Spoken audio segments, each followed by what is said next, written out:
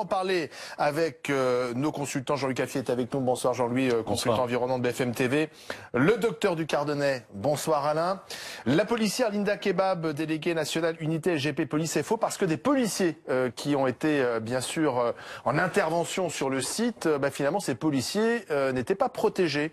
Et aujourd'hui vous posez des questions, on va y revenir sur les règles ou non qui ont été respectées, les règles Céveso. Et Linda Kebab, je vous ai fait venir parce que vous êtes en colère. Des policiers sont intervenus, mais alors sans aucune protection sur le site. Absolument aucune. L'incident se déclare au milieu de la nuit. La première patrouille qui intervient, a priori, c'est une BAC qui décide à la louche d'effectuer un périmètre de sécurité.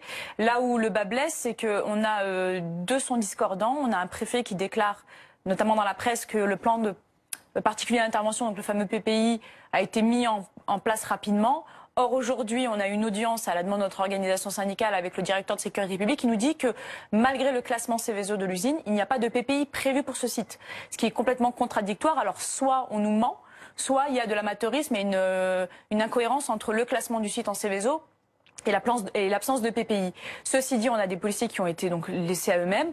On a des collègues qui avaient déjà des masques et qui ont décidé d'en faire usage, soit des masques en papier, ce qui est honteux, mais également des masques, par exemple, à cartouche de gaz, comme celle qu'on utilise pour les manifestations. Je tiens à préciser que si des policiers, on peut en voir, notamment sur certaines photos, ont ce type de masque, c'est pas sur consigne des autorités. Il n'y a pas de consigne particulière. Il n'y a aucune consigne. Ce sont les policiers eux-mêmes qui se sont dit, bon, ça serait peut-être plus prudent d'y aller avec un masque. Et qui ont sorti les masques qu'ils avaient dans les coffres, qui sont ni plus ni moins que le reliquat de ce qu'on utilise. Mais alors attendez, parce que donc ces policiers, vos collègues arrivent sur un site où là, ils s'aperçoivent que eux, les pompiers sont masqués. C'est ça, et en fait, ils arrivent sur place et les pompiers leur expliquent que l'air a priori, et en tout cas c'est ce qu'on doit faire quand on fait de la prévention, est vicié, et donc du coup il faut un équipement, une protection que nos collègues n'ont pas.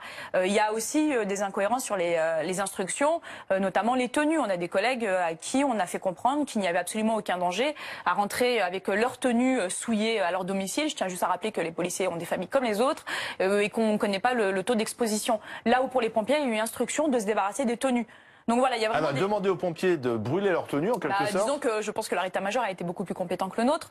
Et puis il y a surtout cette incohérence dans le discours. Comment est-ce qu'un préfet peut dire qu'il y a un PPI pour qu'ensuite un directeur de sécurité publique nous dise qu'il n'y en ait pas? On a des collègues qui aujourd'hui ont des symptômes qui sont assez alarmants depuis plusieurs jours. Et en tout cas depuis l'incident et encore aujourd'hui, on a des collègues qui sont sous traitement médicaux. On a des collègues qui sont arrêtés, notamment des CRS. On a des collègues avec un début de reconnaissance de blessures en service. Donc il y a une imputabilité au service. Ils souffrent de quoi vos collègues?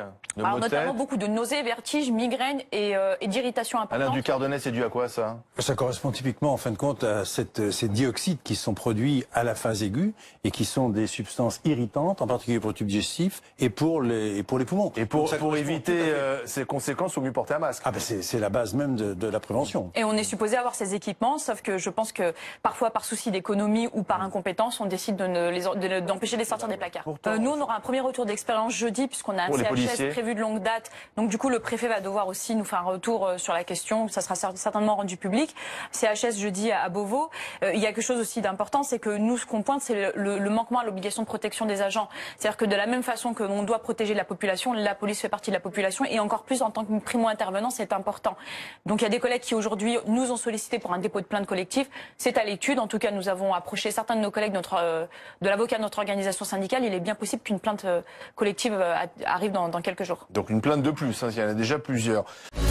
Retrouvez toute notre actualité sur videopolice.com, la chaîne YouTube d'Unité SGP Police.